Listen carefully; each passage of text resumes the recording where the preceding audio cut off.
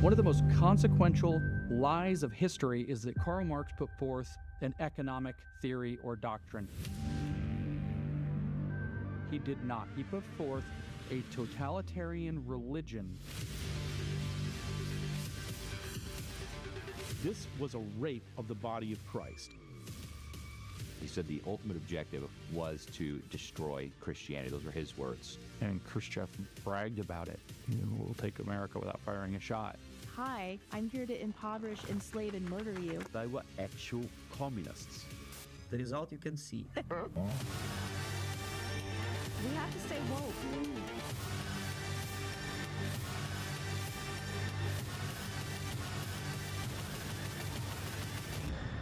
There are ravening wolves in sheep's clothing all over the place.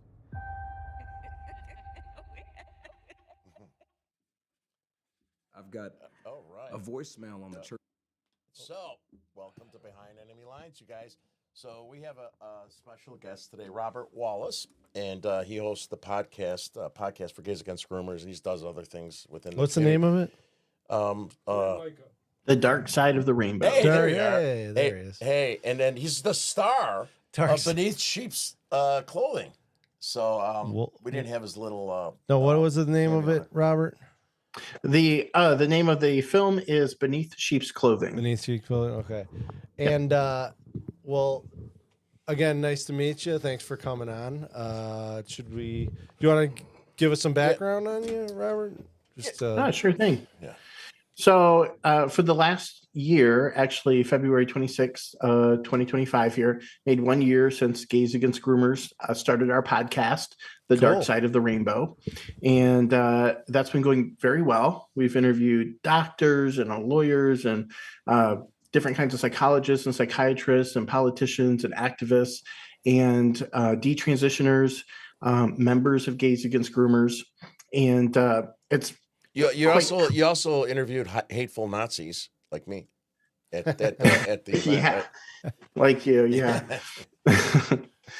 And so Gays Against Groomers has been around for almost 3 years, and it's a coalition of LGB and some T people who are standing against the indoctrination, sexualization, and medicalization of children, which is being done in the name of LGBTQIA plus inclusiveness. Mm-hmm. So that is that. And then aside of that, I'm involved in other things, but yeah.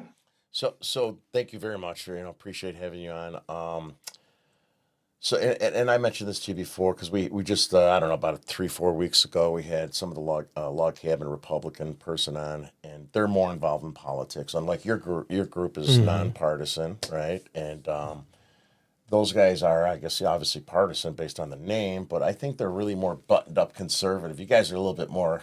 You get out in the field a little more, which is what I like about that, and. I believe you become a bigger target because you do speak up more, and I think they seem to target you more than log cabin Republicans. Is that a fair statement or not? Yeah, and I'm a former member personally of our Log Cabin Republicans chapter here in Phoenix, former board member, and there's a lot of overlap. It seems like between the gay community found in the Log Cabin Republican movement or whatever you want to call it, and Gays Against Groomers. Gays Against Groomers is a lot more active with our activism, and the people within Log Cabin Republicans have told me that that is really what we should be doing as conservative gay people, the kind of stuff that's being done by GAG, Gays Against Groomers. Mm-hmm. So it is the more offensive group to be in, and that means you will get targeted for, by these trans, the LGBTQ Nazis, I call them. So like, what do you like? Who? So from our experience, right here in Downers Grove, and the people that attack us, they're lily white suburban straight women that come after us brutally. Now, what is your experience of those that are opposed to you? Is it the gay community themselves? Or is it more these lily white suburban women that are telling you what your community wants? Like, what is your experience? Well, it depends on where you go. For instance, if I go to speak like I just did yesterday at the Senate or at our House to support a bill, and you're in a committee meeting, and it's about trans issues or somehow it's related, you're gonna have a lot of trans activists there. And, we had one get thrown out yesterday. There tends to be outbursts all the time. Sometimes there's intimidation factors.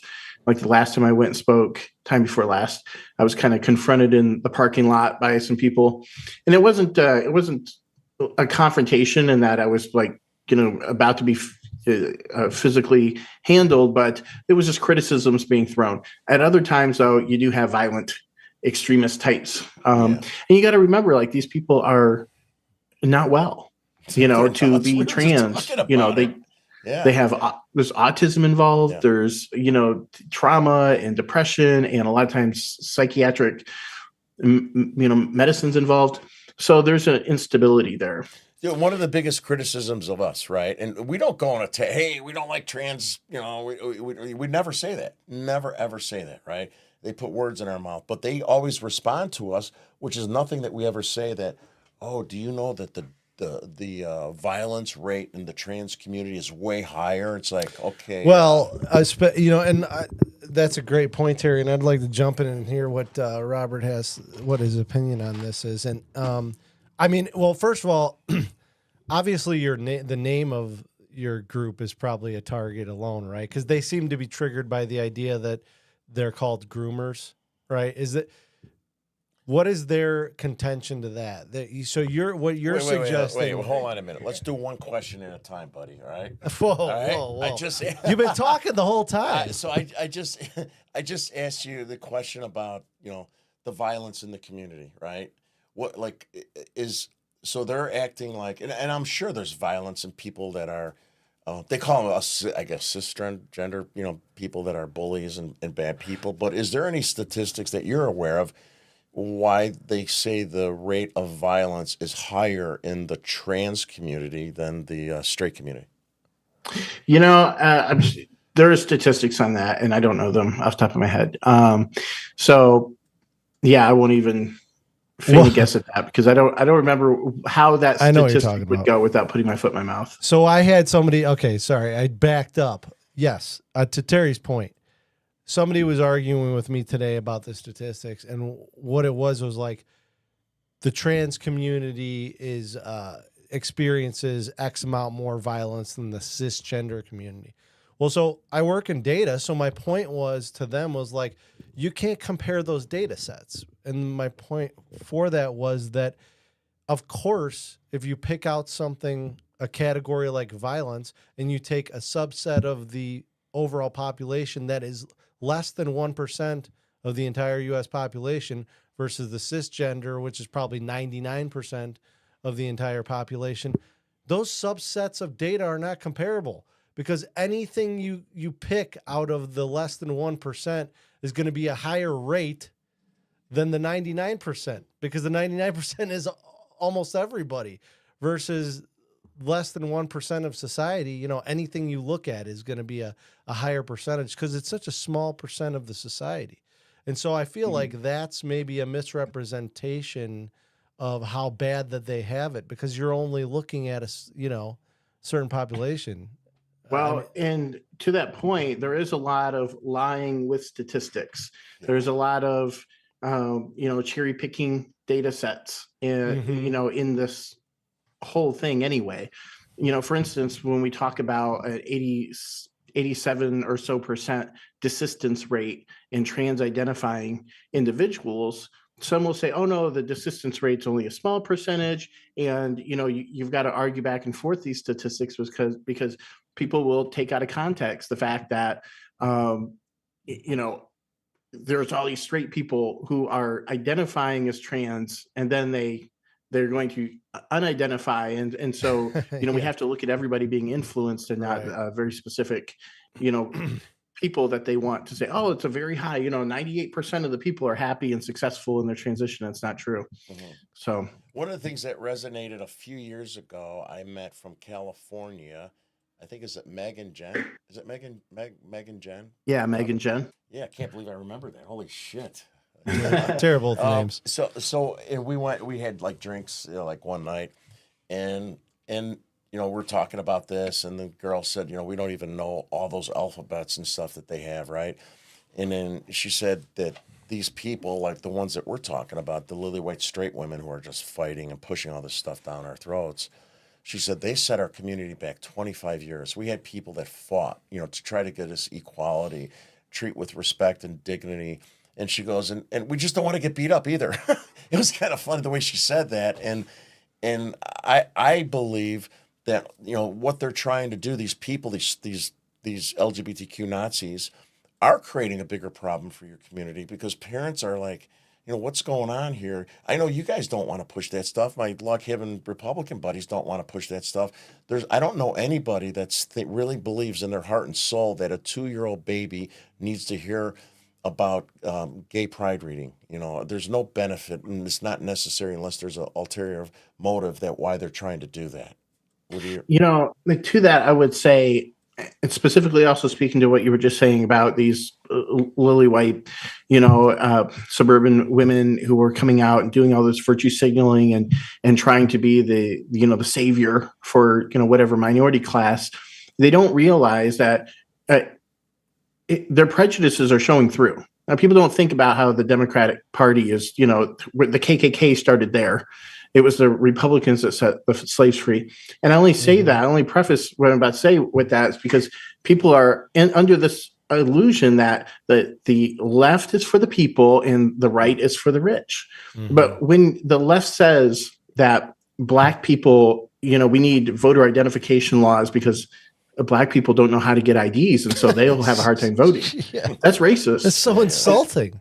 It's insulting. And when we say that we need to have gay porn in schools because there are gay youth that is, not developing with the rest of them, that's insulting to the gay community. That's actually homophobic. It's slanderous. It's like at the ages these kids are, even as a gay person who didn't have all this stuff, going on when I was young, had all this been around, I would have been absolutely confused by it. I wouldn't have been of age to understand it, even as a gay person. So they're really sewing in this wild thoughts in the kids' heads. And there you go. So when you have the gender queer there. This is what put me on the national stage. I had a bunch of these blown up, and then they went nuts. I had a you say I put the electrical tape on there. But like when you were in high school, did you walk around the halls and say, "Oh my God, I got to see a picture like that, or I'm not going to feel like the rest of the kids"? I'm being sarcastic. Yeah, no, obviously. didn't even know that I didn't have what apparently I needed. So these people are really just perverting the whole country, the whole generation. And you see with the USA ID money going to help spread LGBT propaganda and trans propaganda.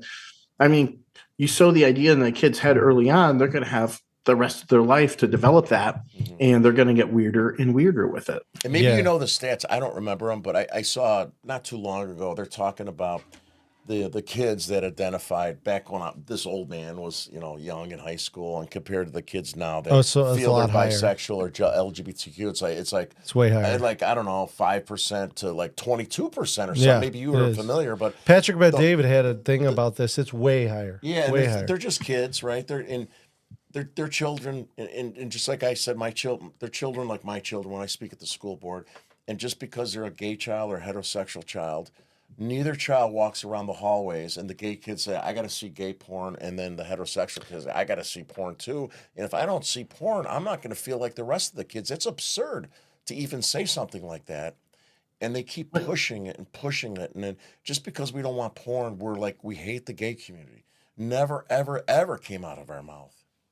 Yeah. Well, they are saying now somewhere around 40% of Gen Z is identifying somewhere in the LGBTQIA spectrum.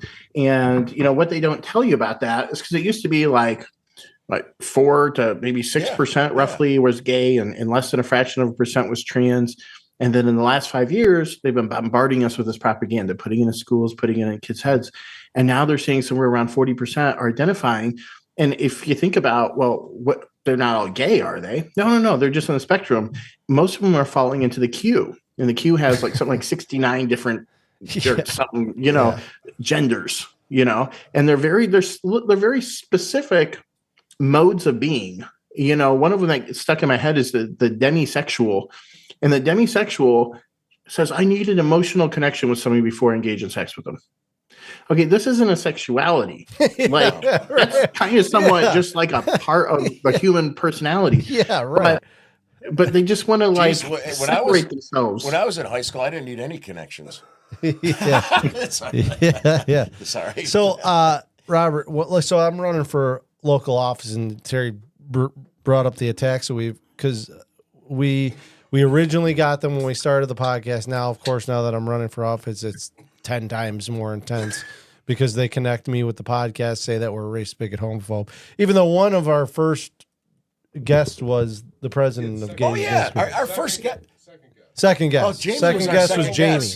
Robert, Jamie was our second guest on the show. Yeah. It was actually our first guest, second show. Second show. Yeah, our first guest. That's right. First guest. She was. So one of the things that came out was that I had the survey from an equality group, and one of the questions was like, what are you going to do to stand up for the LGBTQ community now that like their rights are being rolled back and reversed? And I was like, what are you talking about? I can understand, years ago, gay people fighting for something like gay marriage. I mean, totally get that. Like that to me, like, why should you not have the right that other people have the right as it is defined in the government? A lot of people think marriage shouldn't be, regulated by the government at all. But I can understand a gay community wanting that right just like everybody else. Everybody deserves to be miserable. Yeah, right. Exactly. Good one, Jason. And that's fair. But other than that, now that gay people have that, like, what other rights are being restricted to gay people? Do you have some examples that you've heard? Do you know what that is referring to? Well, the examples I've heard are all bunk and moot. Like, what in the world can a straight person do that a gay person can't? And this is going across, they're using this across every spectrum, the immigrants and the racial, and everybody's playing the victim. But everybody in the meritorious society, everybody has a chance to attain anything they want. I don't know what they're talking about. This is what they are trying to talk about. For instance, is the bill that I went to speak to yesterday. When it comes to like access to areas which have historically been unavailable to members of a certain sex, that is, men going into a girl's restroom or something like that. These they consider to be aspects of their expression, of their dignity, and so if they are not able to push and progress in that way, or somebody's restricting that, then they say they are being oppressed. And so it's all in how you look at it. Obviously, if you think that they have the right to do that and they should do that, you might think that, but most of us understand that mentally ill people should not be writing the game for the rest of us. Yeah, right. You made me think of something else too when they talk about the trans community and the violence and stuff. Isn't the people in the trans community have a different lifestyle than us, or even the gay community? That some of the elements of the trans community, don't they kind of get into a little more, radical lifestyle than, there's an alternative lifestyle thing happening all over the place. And, there's kink and there's a lot of fetishes and things, I keep trying to get my wife to read those books, by the way, but keep going. So, I mean, I think it goes back though to, it probably goes back to having a connection, a spiritual connection with yourself. A lot of times people who are lost in the transgender thing, the ones who find their way out of it, it's usually because they found God in some way. And so if people are going down basically like, godless paths where they just don't have a connection at all to, a higher framework of what they're to be, they can go off the rails easily, because now you can say you're Spider-Man now you're SpongeBob SquarePants, now you're this or that. And they don't have a sense of I am this because my creator, this, that, and the other. And so I think all things go after that. including, fetishes and kinks and, all the quirky, dress and apparel and makeup. And, but with that, you also see the personality go down too. You see they're lost, they're angry. There tends to be a lot of aggression. We have a huge increase in reported trans violence. It's just turn on your computer and look, it's coming up every day. And it's like, why is there so much rage coming from these people? It's because they want to navigate society on their terms. They don't want to be found out as being trans. They don't want people to see their trans identity. In fact, they want you to see through it. That's part of passing as a straight person. But at the same time, while they want to pass, they'll also be a man with hairy armpits wearing a dress. Mm-hmm. And on one hand, they'll say, "I want to, we want to pass," and nobody's saying anything. On the other hand, how dare you question my femininity? Mm-hmm. So it's just it's a mind game. Yeah, I think too is like, they're talking about equal rights, and I go back to the LGBTQ Nazi women, is that they don't want equal right. They want more rights for these people, right? They want the boys and the girls showers and locker rooms. In Illinois, my kids, and then the whole state of Illinois, there's tampon machines. This is fine here. There's tampon machines in all the boys' bathrooms. I don't know if you knew that. Did you know that? Like in the whole state? No, I know that's happening in some places. Yeah, from grammar school through college, Pritzker made it a law that you have to put a tampon machine in every boy's bathroom for state funds. Terry, tell me that's not political. This is why I moved from Chicago. I was living in Highland Park. And I have a good friend named Terry who lives in Downers Grove. Oh, that's and right. all throughout COVID, I was in Downers Grove, and we were just hanging out with her the whole time. And that's when I ended up moving down here. But yeah, the Lightfoot, the Pritzker, all of that stuff up there, it's so crazy. Like you said, a tampon in a boy's bathroom. Mm-hmm. This is like the litter box in the classroom or in the bathroom, so that they can go to the bathroom like an animal. And I think it just goes hand in hand with the perversion in the school system. A Canadian example a while back was there was a teacher who was giving out wooden phalluses with condoms to the students to take home. In Seattle, they were giving out fisting kits. Yeah. This has been almost like a couple of years now, but they were fisting kits with like a glove and lube. It's crazy. Yeah. James O'Keefe, did you see that story in Chicago? And that it's like a $30,000 a year grammar school for a private school. Yeah. And I saw that. And they're handing out exactly what you said. And somebody got access to it. And it's just crazy. That's not necessary. Heterosexual, homosexual, it's not necessary for children. It's just crazy. And anyone that tries to defend it, I think there's something mentally wrong with them. And I'm talking to you little LGBTQ Nazis who are watching us right now. I'm talking to you. I'm wondering what you think. I had a good conversation with somebody on that side, who we argued back and forth about the LGBTQ thing, and I'll give you a couple examples of some of the things that Terry and I have fought. There was a drag queen bingo event that was targeted. I mean, the poster said 7 to 12-year-olds. 7 to 12-year-olds. Yeah. We got that canceled because so many people had been fought against it. And then there was Pride Story Hour for 2 to 6-year-olds. For 2-year-old babies. Yeah, and we were against that too. My position is that it's a little more nuanced in the sense that it's a public institution, and I don't think that I don't think that I should have to have my tax dollars pay for that kind of thing, because it's the institution itself that was promoting it. Like if it was citizens, renting the room in the library and doing it, they pay for the library too. They can do it.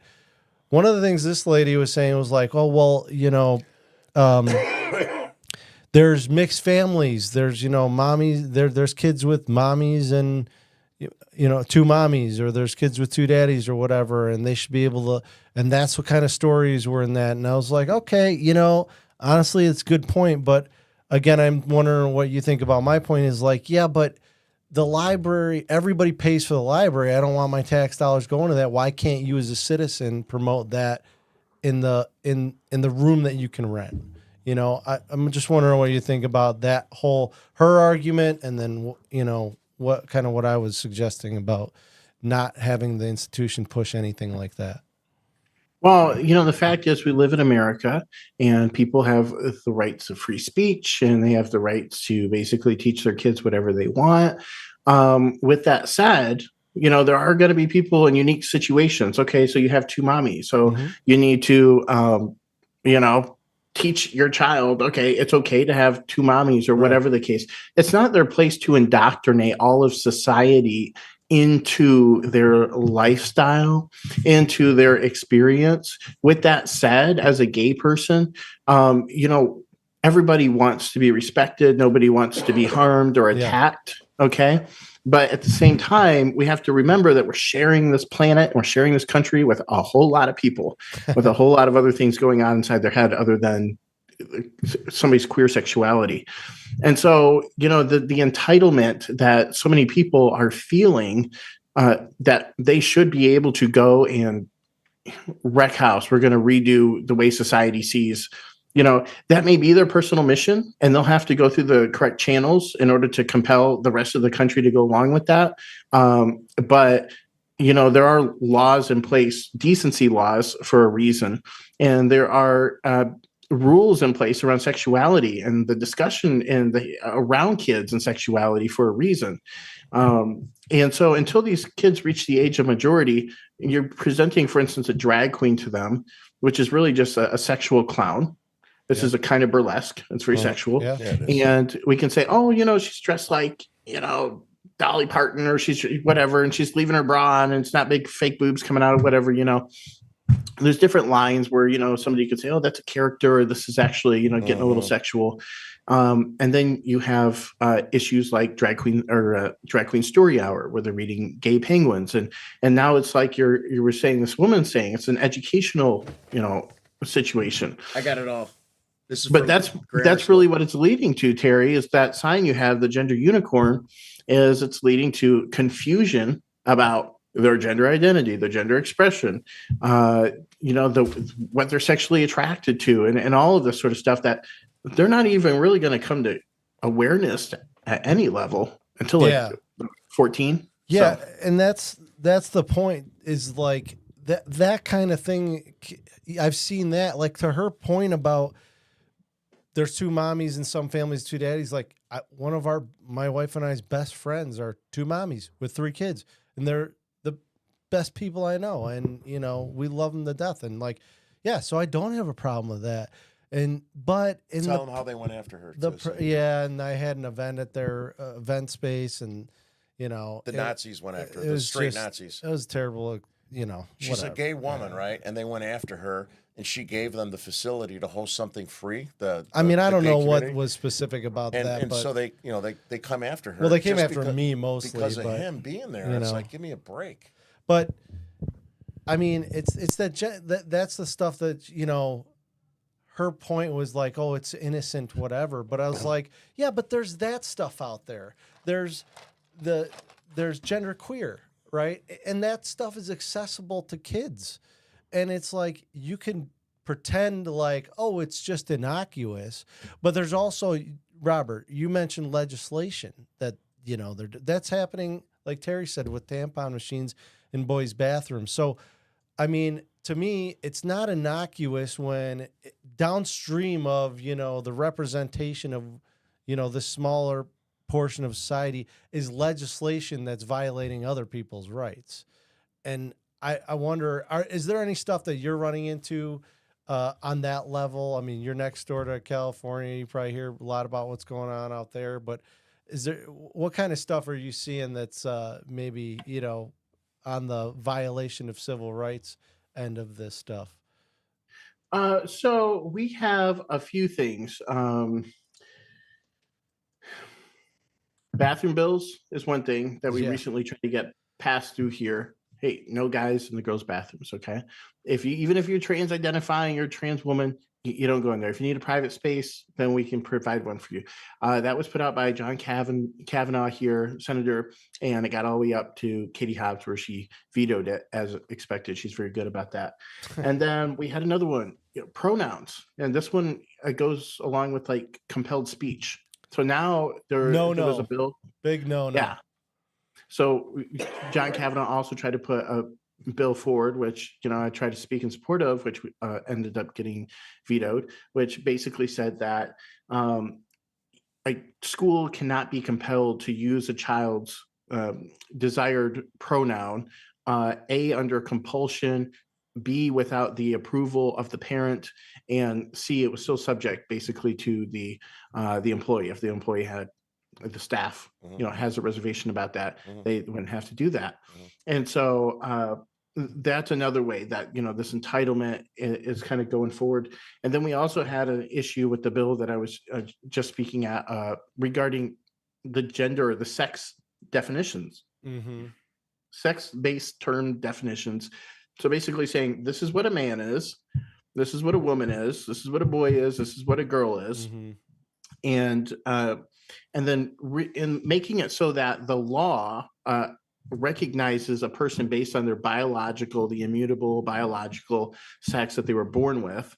And then all of the laws should be interpreted that use the words boy, girl, man, woman, whatever. They should be interpreted according to, the definitions of this bill. So the problems that the trans people have is because, ambiguous definitions and create loopholes and creates possibilities for them to go and be, I'm a boy now, the rules pertaining to boys apply to me, and I'm a girl now. The rights and provisions made for women apply to me. Right. And so that is where they feel entitled to those rights. That is where people are also pushing back. Yeah, what's frustrating to me is that, your kids aren't in school yet, Paul, but in grammar school and in high school, if my kids had a prescription from the doctor or wanted to take aspirin, I have to give them a note. But I got boy-girl twins. If my son wants to become a girl, my daughter wants to become a boy, they could talk to the teacher or therapist or whatever and not even tell us about that. If they want to change their sex, they could go and talk to them. But I can't even take my kid take an aspirin, without getting an approval in a letter, which is just so crazy absurd that they think that's okay and normal to have that type of relationship with our children without telling us. We had a rep, Robert, here in our area a state representative, Ann Stava Murray, who tried to pass a bill that she sponsored that would criminalize parents who, got in the way of social workers at school. Taking away your children. Yeah, exactly. That DCFS could get involved if the parent got in the way of, the kid wanting to identify as another gender. I know that there was a case in Florida about that as well, that they socially transitioned a kid without the knowledge of the parents. And this idea that there's all these social workers in school now that are trying to, influence children without their parents' knowledge. I know this is a problem in California too, and that they were passing bills in Washington State like this as well. And this is my problem, and I think that's the real danger. I mean, you mentioned the idea of they want it to be ambiguous so that they could, pick and choose the rights that are affordable to them. But isn't that the dangerous part, right? Isn't that the dangerous part that there's people are getting involved in the culture war, and it's like, you're a bigot, and I don't want this stuff with my kids. People are arguing about that stuff, but behind the scenes, there's legislation being created. Yeah. So, unfortunately, actually, and I just lost my train of thought because I had something else. Could you repeat your last point? Well, I was just saying, downstream of this culture war thing, there's Democrats who are trying to create laws that are separate, driving a wedge between the family, the parents, and the kid. And that, to me, is super dangerous. And I mean, I know that in the 20th century, there's a ideology that was doing that, communism, where they were trying to the state was trying to get in between the family and the kid. And so that's my big concern. And people call me crazy because I mentioned the C word, but to me, that's what this legislation is. And unfortunately, I mean, communism, Marxism, cultural Marxism, I mean, that is actually the big focus of this film, Beneath Sheep's Clothing. Oh yeah, there we go. Yeah, yeah. So what it does is the film compares how communism moved into the USSR with what's happening in America today, and how the family would be destroyed, and how God would be undermined in every way, and how people would be pushed towards this collectivism, and so all of that is very much happening. I think a lot of it is that people, they don't look into this. They hear, oh, cultural Marxism, this, that, and the other, but they're not actually like studying into it at all to find out, okay, what does it actually say? Oh, did it actually say that? Where were these influences taking place? How did they move into America? Like that stuff, it's real information that would, help you to process what's going on right now. James Lindsay, who's in the film, he does his new discourses, and he does really well and extensively elaborating how the history of communism and how it's going on right now, how it's all connected. And I think, what's happening is people's generosity, people's empathy has been weaponized. Mm-hmm. So for we hear terms like useful idiots and stuff. There are people who are, really leading the charge, who actually know more than they're saying, and they're pushing agendas of other people, and there's a nefarious angle to them. And then there's most of the people under them who hear a message like, we need to have inclusion, we need to have acceptance, and so they think they do a good thing when they push these bills and they fight against these bigots who are trying to, keep everything traditional and keep things all buttoned up, and, they're all, religious nuts or whatever they want to think. But what's actually happening is they're being taken advantage of. And, maybe they haven't learned from history. Maybe they don't understand how deep the rabbit hole goes. Mm-hmm. I mean, a lot of people can't even comprehend. They don't even know anything about the World Economic Forum or Klaus Schwab or the connections with the United Nations or the World Health Organization. And we see Trump has taken us out of all of that.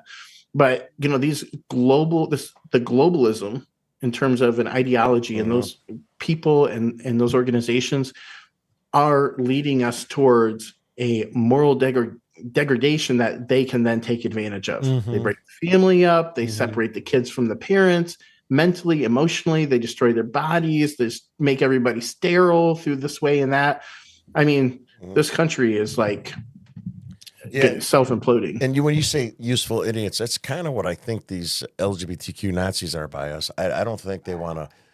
I hope, they're not wanting to destroy America. They're just stupid, right? They don't know any better. And then they have this cause that they want to, they politicalize it. They weaponize it in the community, and using Downers Grove Library as the nucleus for their indoctrination of the whole community to come after us. A lot of them, I think a lot of them have just been lied to. And a lot of people, of course, want to believe whatever thing comes in their head. They want to lie to themselves. They want confirmation bias. There are people that will wake up out of the slumber they're in. They will see, hey, I can be gay and I can stand for America and tradition and for common sense around kids. I can still be gay. People want to make it about Republicans or Trump. Trump has gay weddings at his house. There are loads of gay conservatives out there, and gay people in his administration. So the whole question of being gay has become so politicized, and yet not even accurately. It all it is just stereotypes and headlines and people being brainwashed, and then fighting against people who were trying to help them. And so what's ironic is Jamie, about a year and a half ago or so, we were supposed to do 2 events in Chicago, and both venues got canceled from the same LGBTQ Nazis that are going after him and going after me for years. And they call the venue, they threaten them, they harassed them.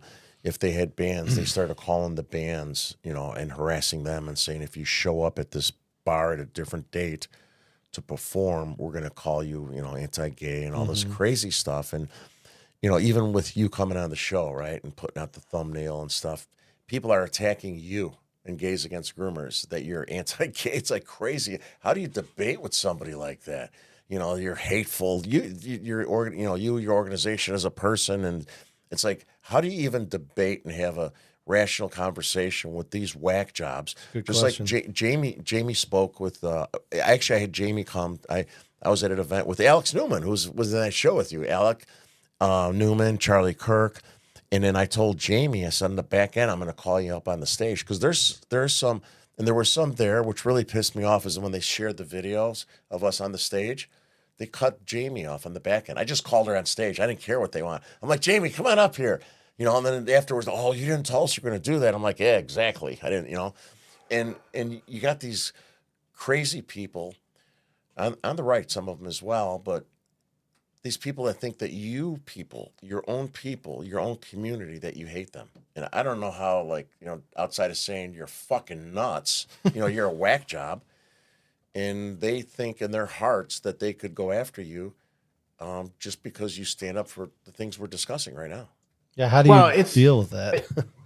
I think first you have to start with, it's a type of gaslighting. They're jumping to a conclusion in order to try to invalidate you, in order to, create like an emotional argument to bend you to their side. So they're saying, because of everything you're doing, you hate me. And because your actions are showing the hatred, the only way to repent out of this is to see it my way. Let me guide you to the right way to be. And then, you can make a reconciliation with everybody you've harmed. Like, it is not logical. You can't really have meaningful conversations often with these people. Once in a while, I will be able to. And it really comes down to the patience of the other person. I mean, it's not that, I'm infinitely patient, but I have a lot of patience, and I can deal with somebody patiently who's spinning me for circles on purpose for a long time. But what normally ends up happening is the other person snaps first, because if you start to bring in anything having to do with a moral or an ethic, you're already in a gray zone, some wild religion that they don't subscribe to. So you've already broken reality. You're not even on the same page there. Yeah. And then, when you get into the emotional arguments of, here's lived experience of these trans people or these gay people. Yeah. And then this is what they're saying they need. Okay. And so therefore you have not had that experience, so you can't speak to That's that. it right there. Yeah. Right. But you nailed it on the head on that last comment, Robert. I think that's what we hear all the time. And So it's they're like, really just trying I to- can't, but that doesn't mean that your rights as this special interest minority get to supersede and dictate what everybody else, says, does with their life. I mean, you mentioned the speech thing. That's the one big thing, like Jordan Peterson, Canada, Bill C-16, compelled speech for pronouns. Like, that's where I draw the line. First Amendment is the most important thing in the history of Western civilization. Leave speech alone. I mean, I think that's the one hill that we should all die on. Yeah. After free speech is gone, you got nothing.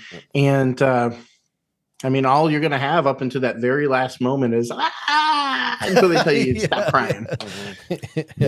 So we need to make sure that we're preserving our rights all the way up, to the bills that are being passed when it comes to everything in our lives, and the repealing of all of these things that are entrapping us, under their surveillance or under their clauses or whatever. Good point. We have to back our way out of it. But, the plot has been afoot for, 70 plus years, or since 1913, Jekyll Island. Yeah, 1913. Yeah, good point. So we're coming to the end of the time. We have to stay with we're on Patriot TV now, so we got to stay in 55 minutes or something like that. Is there any closing statements or any coaching you give my buddy who's being attacked by the LGBTQ Nazis? It's like I don't know what to say. Like, I lose my temper on Facebook. He does. By the way, I've been meaning to tell you, you're killing me. Knock it off. So they call us names. I call them names back, not like slurs or something, but like F-tard, and I get mad, and they're like, "Oh, you're disrespectful." I'm like, "Holy shit, you've been calling me a bigot, anti-gay, Nazi for the last 3 years." I keep my composure for the most part. Yeah, I don't. Well, I ran for town council here in my local town. Good for you. Cool. I'm running for mayor this next year too. Awesome. Yeah. So I had some interactions. Let me just tell you this. When I first came out and announced from some of the local LGBT mafia, they sent me these elongated, DMs, asking why I wanted civil war and why I hated gay people and this, that, and the other. And the premises were just so off that it just seemed like there's no goodwill in what they're saying. It is all just pick a fight because you hate Donald Trump or something. Right. Something has nothing to do with the issues or what's right and wrong. It's just, it's all politics. And so, when it comes to being criticized and all of that, I think you can look at, especially what this administration and how they got in, they've been attacked by every single media outlet 24 hours a day, 7 days a week for the last 4 or 5 plus years. And, but we knew that the people were smart enough to see through media propaganda and lies. Yeah. And they did, and they came through. So even the silent majority, is out there. So even when you're being criticized, for every one critic you have right there, you're going to have over 100, 150 people saying, Paul's in the right. Why are they attacking Paul? These guys are crazy. So it's important to, maintain your cool and respect these people who are coming at you. Hold a conversation if they give you any airtime to actually respond, and keep it going and compassion as long as you can at some level. But you also have to have your moral, have your conscience, say what you know is right and true, even if it costs you anything or everything. And that's, right now people have an ear for the truth. So when you're speaking the truth, even if, you're getting attacked while you're doing it and they're calling you this, that, and the other, the majority of us know what's really happening. They see somebody's playing the race or the gay card. We see that they're, spinning lies or statistics and, weaponizing empathy and all of this sort of thing. So I would just keep on keeping on and ignore them as much as possible. So I think my agree. My takeaway from you, for me personally, not Paul, is like I should just shut the fuck up and not respond to him anymore because I can't control myself. I would appreciate that. Yeah, no, I'm with you 100%, Robert. I think, I will say, my campaign stands out among the 6 that are going for the 3 spots. And it seems to be because, I'm sticking to my guns. And I think we all have November 5th and President Trump to thank for changing the conversation in America. And it's no, we're not going to bow down anymore. We have just as much of a right to, express our viewpoints as well. Well, thank you very much. I appreciate your time. Yeah, big thanks. Thank you so much for your time, Robert. It was great talking to you. Well, maybe I'll see you in Arizona before next year. I'll let you know. I insist on it. All right. Yeah. Thank you, man. Take it easy, buddy. Take care. Bye. All right. Bye. Well, that's good. Yeah, it's yeah, we do just have kind of that sponsorship. the vitamin thing. No, Colonial Metals Group. Oh yeah, buy some metals from Colonial. Colonial Metals Group. Oh, there you go. Yeah. So we weren't prepared for this, but please visit. Do you have that? No, he doesn't have it. Yeah. You have nothing? Okay. Well, let's see. They sometimes edit those in, but yeah. just look up Colonial Metal. But we're supposed to have a code. Or so yeah. There's. We should have. We should have been prepared for this, Terry. That's right. Well, here. Okay. So I want you to visit Colonial Metals Group. Week. Hold on. I got go visit Colonial Metals Group at Colonial Metals on Twitter. Their Facebook page is at Colonial Metals Group as well, and YouTube page is at Colonials Metal Group. Do we have any time left? Jason, do you want to pull up their YouTube page? No, don't put it up. That's what the extra minutes are for. All right. Hour, so Colonial Metals Group, visit them at all the places I said. We thank them graciously for their sponsorship. Hey, Leslie, buy some nuggets from Colonial Metals so we can help fund Paul's campaign. I don't know who he's talking to. Buy some gold. I don't know who he's talking to. I have no idea. Thank you. Vote Paul Drabick, April 1st, Downers Grove. Yes. The inclusive candidate. Balanced candidate. Candidate. Thanks, everybody.